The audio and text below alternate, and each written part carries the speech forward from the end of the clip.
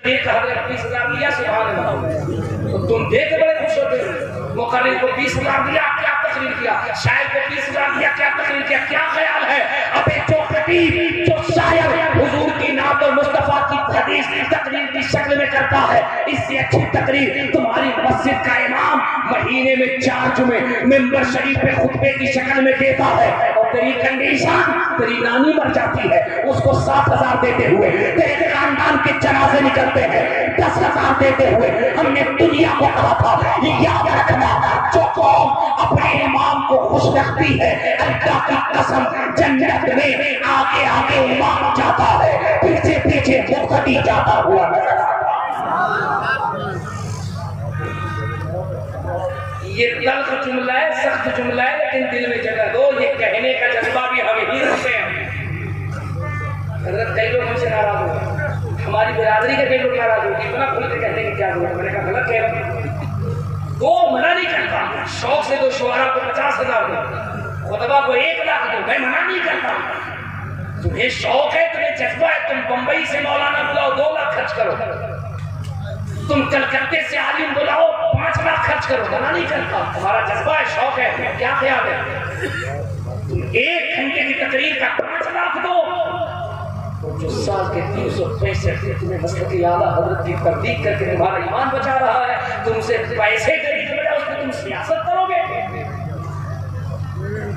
उसमें सियासत करोगे, उसकी इमामत पे उंगली उठाओगे। तुम कहते हो कि हम बर्बाद होगे, बर्बाद होगे।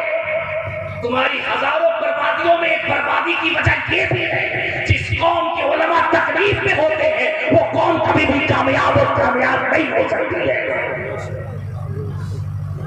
उलमा को रुलाकर, उलमा को तकलीफ देकर 14 साल 15 साल जो मुफ्तियाने इकराम इफ्ता का कोर्स करते हैं, क़ाल रसूलुल्लाह की रखना अल्लाह की इज्जत के ज़माने में देखा है। सदर साहब उसको गुलाम बनाया फिर रहा है, सेक्रेटरी उसको गुलाम बनाया फिर रहा है, खजांची उसको गुलाम बनाया फिर रहा है, मुख्तरी उसको हुकूमत कर रहा है।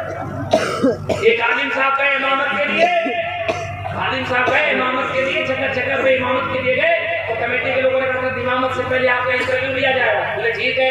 मुफ्ती साहब बैठ गए, और जो इंटरव्यू ले रहे हो बिल्कुल अंगूठा छाप, दाढ़ी इतनी चिकनी जैसे लखनऊ का एयरपोर्ट का रनवे हो। हाँ, एकदम बिल्कुल क्लीन से चिकना। हाँ, उर्दू बोल रहे तो कह रहे हैं हजरत तशरीफ लाइए, तशरीफ। मैंने सुना है कि आप मुफ्ती साहब हैं। ये बेटा एकदम क्या कह रहे हो, कौन सा खाली करिएगा, मिस्री लहजा के, हुसैनी लहजा के, और वो ले रहा इंटरव्यू, और पहला सवाल करा हजरत कयामत के आसार क्या है। तो मुफ्ती साहब ने मुस्कुरा के कहा इससे अच्छा आसार क्या होगा कि ये बकलोल जाए का इम्तिहान लग रहा है। नहीं, कयामत के आसार क्या है। अरे बकलोल आसार तो तू ही जाहिर कर रहा है। और सुना कहने वाले, सुना तो किससे इम्तिहान ले रहा है। जिसने लहरे जनी पे, लहरे खफी पे, जिसने मद्दे मुत्तसिल पे, मद्दे मुनफसिल पे कई हफ्ते डिस्कस किए। मत थोड़ा सा बड़ा हो जाए तो मुत्तसिल है, मुनफसिल है, मद्दे लाजिम है, वक्फ है, वक्फ लाजिम है। साहब मैं जब मंदिर इस्लाम में पढ़ता था, कारी नूर हक साहब के कारी हकीम साहब को सीधा तेरे कट्टे तेरे कर बुलाओ बैठे, मैं इनके लिए करूं। देखो ये कितनी कुर्बानी देते। मैं जब उनसे कहा कि सूरह फील की तिलावत हो, मैंने कर दी तिलावत। अलम तरा कैफ फअल रब्बुका बिअस्हाबिल फील अलम यजअल कैदहुम फी तदलील व अरसल अलैहिम तयरन अबाबील तरमीहिम बिहिजारतिन मिन सिज्जील फजअलहुम कअस्फिन मअकूल। सही पढ़ा? सही बोला। ये बेटा सोच रहा है कि कहीं कर दिया सही तो कहीं गड़बड़ ना हो, और कहीं कर दिया गड़बड़ तो बस ना। ठीक है। उससे खाली साहब ने कहा कि जगत को बहुत अच्छी करी बेटा। ये तो तुमने कहा फजाला विकास पे माकूल, ये तो तुमने माकूल कहा। ये बताओ यहाँ वक्फे बिल अस्कान है या वक्फे बिल सुकून है? माकूल, माकूल। ये जो तुमने वक्फ किया है ये वक्फे बिल अस्कान है कि ये वक्फे बिल सुकून है। अब सोचो कि ये कितनी क्रिटिकल इल्म को हासिल कर रहे हैं। कुरान की एक लफ्ज पे जो कौम रिसर्च करते हैं, एक एक अल्फाज में जो बिरादरी तहकीक कर रही हो, इसके सामने कहते हैं हज़रत सुना है आप बहुत अच्छी तकरीर करते हैं, तकरीर करते हैं, सुना है, सुना है। अब इतना जोर से सुना मत कर, सुन सुन सुन सुन बंद करो ये चहाला। जब जाहिल आलिम का इंटरव्यू लेगा, जब जाहिल आलिम का इम्तिहान लेगा, वो कौम अपनी बर्बादी के लिए तैयार रहे। उलमा कौम की जरूरत है। मैं जुमला बहुत जिम्मेदारी से कहता हूं, आज भी हमारे मुल्क में 80% हसास मसले पर अगर कोई खुल के बात करता है तो अल्हम्दुलिल्लाह वो हमारे अहले सुन्नत व जमात के उलमा हैं। तुम्हारे हर मसले पे खुल के आवाज उठाते हैं। मत करो अपने उलमा की तौहीन, मत सताओ अपने इमाम को, न लड़ाओ अपने इमाम को। बाप से जुदा होने वाली हूँ अली, वो वक्त करीब है। आज मैं इसलिए आटा गूंद कर रोटियां पका के कपड़े धुल के जा रही हूँ ताकि मेरे जाने के बाद मेरे बच्चे को खाना कौन खिलाएगा। आज अपने हाथ से अपने बेटों को खाना खिला दूं। मेरे जाने के बाद मेरे बच्चों के कपड़े कौन धुलेगा। आज मैं चाहती हूँ अपने बेटे हसन हुसैन के कपड़े अपने हाथ से धुल के जाऊं। पता नहीं कौन देखेगा नहीं देखेगा। हजरत अली को पास बिठाया और कहा था, फातिमा ने, मेरी बहनों सुनो, अपने शौहर से कहा कि मेरे अली तुम्हारे साथ जिंदगी का एक हिस्सा गुजारा।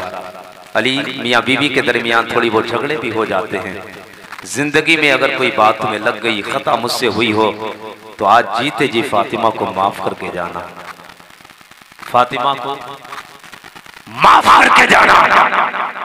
मियाँ बीवी के दरमियान खटपट हो ही जाती है, लेकिन वो फातिमा है। फातिमा खटपट हो जाती है तब भी अपने शौहर से कहती माफ कर देना अगर फातिमा से खता हो गई है। आज कोई बीवी जो माफी तलाफी के लिए शौहर के सामने आई हो, खता भी करती है, चोरी भी करती है, सीना चोरी करती है, वो सामने आकर अकड़ जाती है। बेटी को अगर ज्यादा छेड़ो तो ये और टूट जाएगी।